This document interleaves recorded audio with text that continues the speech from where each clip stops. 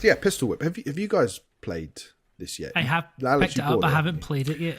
I keep have meaning not. to, and I I've got haven't played it so yet. many games still queued up to play. I really will definitely buy this one though, but I need to clear the stuff I've already got first. Well, I will cut right to the chase then. I listened to you when you recommended Synth Riders. So, this is flipping it. Yeah, this is basically, I think this is a must-have. And I'm surprised more people aren't talking about how good it is, because it is. It has been the killer app for me. So, I mean, just to briefly explain the clues in the title, but you are basically just going through these levels. They're about 3 or 4 minutes in length. Guys pop up and you shoot them. You can dual wield, you can have a single pistol, and that's basically it. But you're doing it in time with the music, so you get a higher score if you shoot them on beat, if you reload on beat, if you avoid getting hit, and you can obviously shoot, or you can pistol whip them. So if you get close enough, you can whip them. And the advantage that has is, I think you might get more points for it, but you also, if you take a hit by pistol whipping an opponent, you get your health back. So it's basically you get 2 shots, and if you take 2 shots, you're dead. But you can get that first initial bit of armor back if you either kill a certain amount of enemies or pistol whip, basically. And that is it in a nutshell. But it's it's the style of it. It's the sensation of being in these very cool neon sort of cyberpunky levels with this synthy music, and it's just it's the game that I've been most impressed with in VR, because it just wouldn't work in a normal game. Like, it wouldn't be the same. And I think it's just you just feel very cool when you're playing it. I was going to say, then you watch a video back of yourself and realise, I'm an idiot. But in I know terms that of feeling. in terms of games that Sony should be including in a marketing campaign, then this looks like the sort of game that people think, I want to have a go at that. That looks fun. That looks really fun. I mean, but problem is, you've got to. It is really hard to push VR. We mentioned it on the last episode. It doesn't show well. It doesn't preview well. You've got to. But if you can see someone playing it, it's so different. It just you get it then, because I'm like playing it, ducking out the way.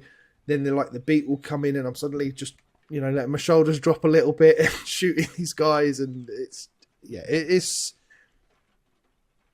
a sweaty sort of game as well. Alex, you mentioned Creed earlier, and Synth Riders. Fogging up the lenses playing that. This is another one of those where after 3 or 4 levels in a row, you're like, whew, that might take a little bit of a break here, because it is, you are generally moving around constantly, leaning from side to side, ducking down, avoiding bullets as they sort of whoosh past your head, Matrix style. And it's just kind of, the sort of content-wise, there's 2 campaigns that are like 5 stages each, with a boss at the end. And that's like your single-player content, basically. The rest of the stuff is sort of arcadey. So I would say, again, like score chasing, if you're into that sort of thing, that's brilliant. There's a party mode, so you can kind of pass the headset, So I was playing it with my kids earlier, who are of an appropriate age to play Pistol Whip. And they, what we did was just, somebody sets the high score, pass it to the other person, and you kind of putting your name in, like a local, like you would at an arcade, basically. And that's brilliant, because you could just have fun just high score chasing, or obviously with online leaderboards as well. But I don't know. It feels like a must-have PSVR2 title. I can't really give it any higher praise than that. And Alex, I need to go play it. You really should. I think I was, after one level of it, I was like, right, this is the game for me. And it's it's got a lot in common with Synth Riders, but the sensation of just shooting someone and nailing a shot from a distance, like they first appear and you just see them and you just pick them off before they've even got a chance to shoot you back. Oh, it's a sensation and a half, honestly. Very satisfying by the sounds of it. Yeah. And you can hold your gun sideways, pretend to be a gangster. It's just love it. Get that monogrammed hat. The dual wielding, and you can like cross your arms and shoot two people at the same. Just honestly, it's just talking about it makes me want to play it now. Yeah, so just go and play it. And it's £25 on the PlayStation Store. Yep. So worth reasonable. Yeah, worth every penny. There's a lot of content there, loads of levels. I was going to say, how long do you think you can? How many hours do you think it would take to get through the campaign? Oh, not long. I think the two campaigns, they're probably about half an hour each. Oh, wow, okay, so very short.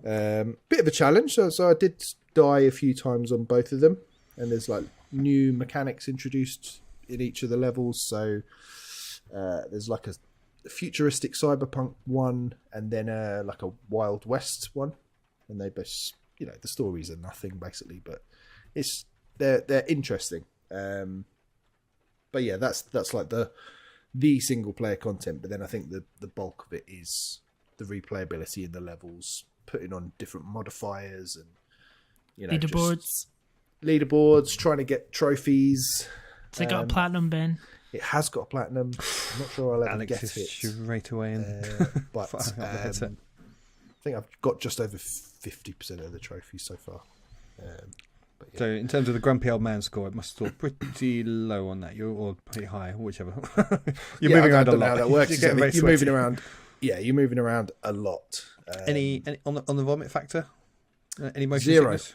No, which, nothing wow, whatsoever. that is for you. That is a big deal. That is big. Yeah, exactly. Which is strange, isn't it? But these games where you're kind of automatically moving just forward in a straight line, they just don't seem to bother me whatsoever. So yeah, there's nothing on that. But yeah, I think